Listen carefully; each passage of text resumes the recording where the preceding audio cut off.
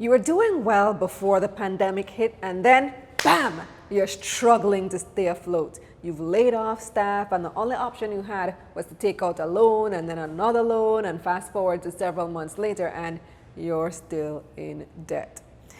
I'm Kalila Reynolds, and it's time for another episode of Money Moves JA, brought to you in partnership with EXIM Bank's Business Advisory Service, giving you the tools to grow your business. Joining me now to discuss her experience with debt, we have CEO of Chocolate Dreams, Michelle Smith.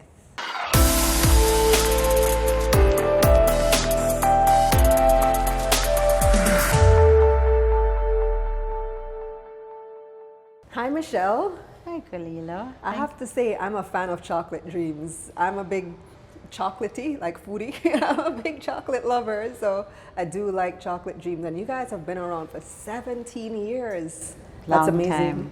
Chocolate is a staple in most people's lives. Mm-hmm. It's a big industry, $1 billion, $1 trillion industry. I know anything, and I haven't checked the stats recently, but even throughout COVID, chocolate has been really big business. Held its own. So I've been following your story. I like to hear about local entrepreneurs and the challenges they face and the successes that you face. And I know that the past, especially 2 years or so, have been particularly tough for Chocolate Dreams. So tell me what happened. Okay, so what happened to Chocolate Dreams was we live in a society that financing, which is what always is the backbreaker for most entrepreneurs, is very difficult to get. Difficult for women particularly, I have found. Banks, financial institutions like the prettiness of a female entrepreneur. It's good on their sheet and but behind the face, there's hardly anything. They're not really, we live in a male-centric society, I'm convinced.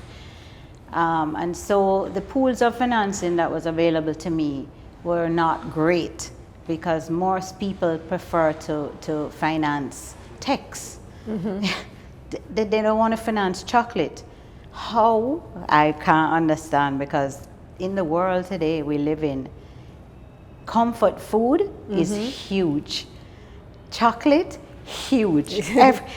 There's no house. There's no house you can go into that there's not chocolate. Chocolate cake, chocolate cookies. Chocolate children is my weakness. It's really a lot is. of people. So why wouldn't we, who have cocoa as our base, be doing that? And so I always question that. So those struggles in getting financing, was that when you were just starting, or you find that is still the case? The entire, even after 17 years? Even after 17 years. Can you imagine that I think about it all the time? I've had a business for 17 years, and yet I still have a struggle. But then when I talk to my other entrepreneur friends, like Mrs. Hilton at Carita, she's 80? And she still has her struggles with financing. So it's not just me. It's all around.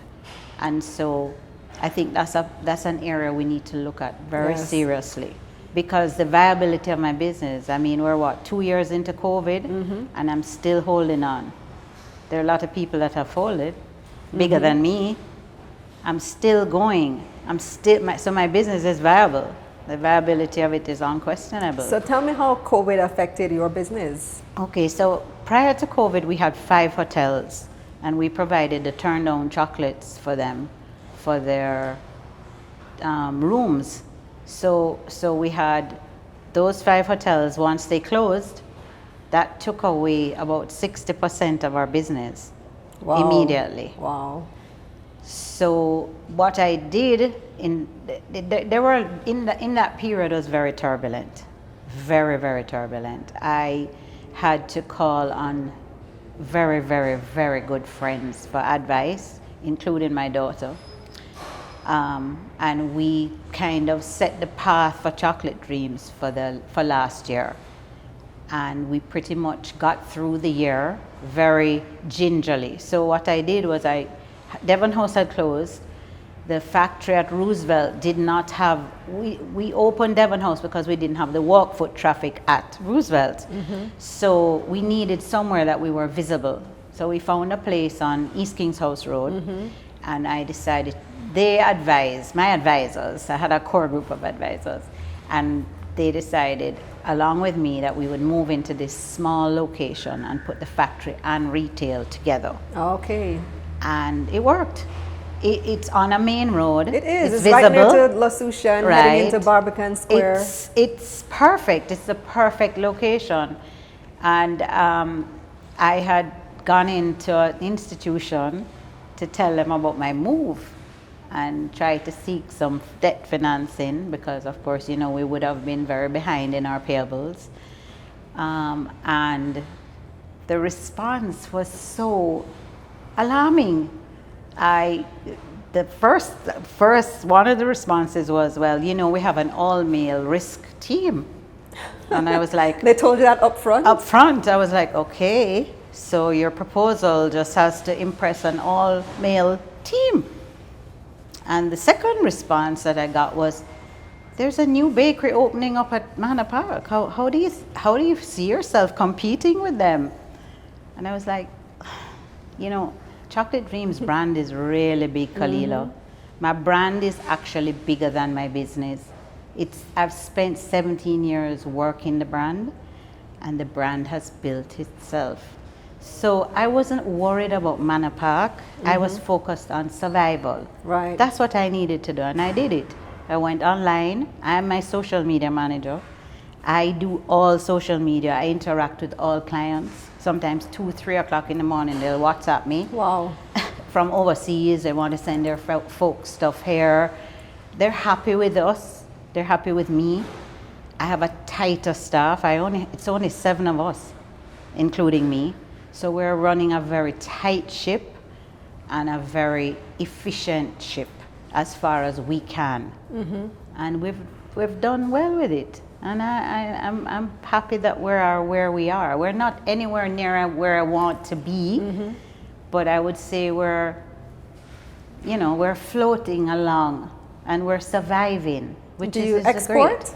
So the export factor for me is more people overseas trying to talk to us about sending their family stuff here.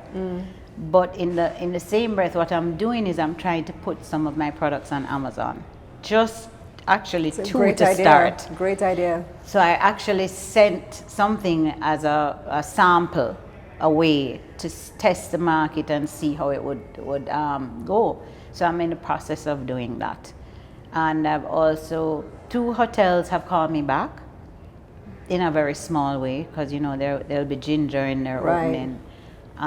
So it's small, but small steps is better than big steps. And I am really grateful for where I am.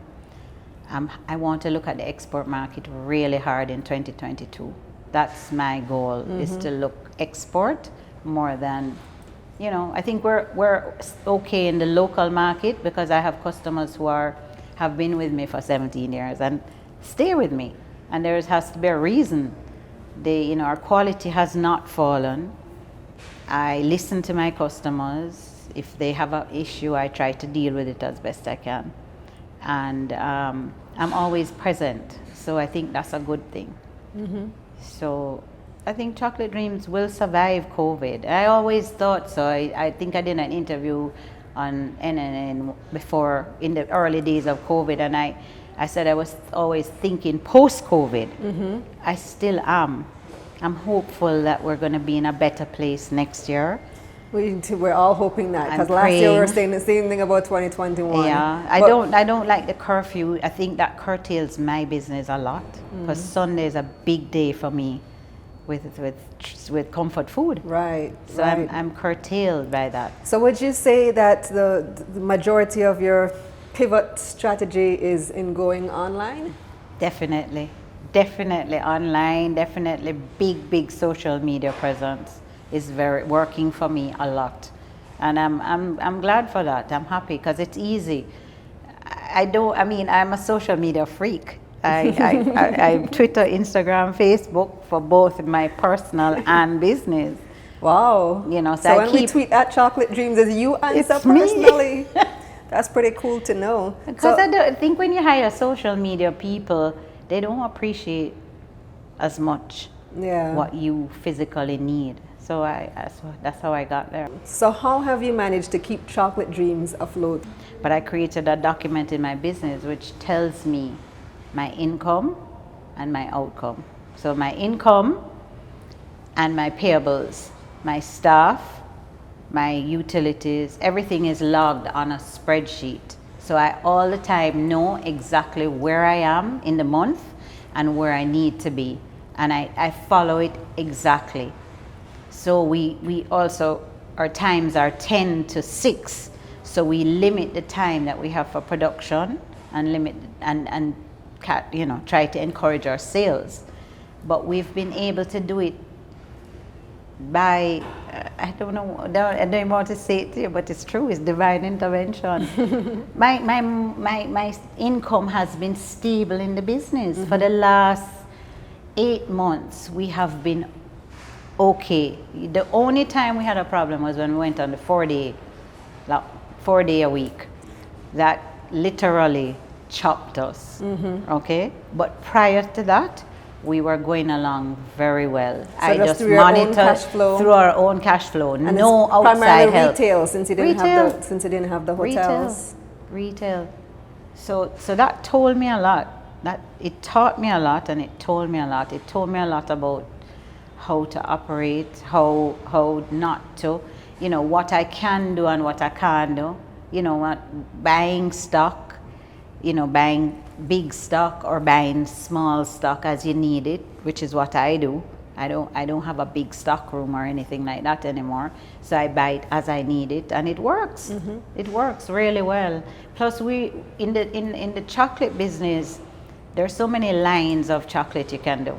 But what we have capitalized on is our bakery side. It's honestly, that's our biggest side now, making custom things for people. And we have a white chocolate cheesecake that we've been doing for 17 years. I've seen that on your Instagram page. Oh my gosh, it looks delicious. That cheesecake has never faltered. It's in Spanish Court, it's in Scoops, Bestseller. Sovereign.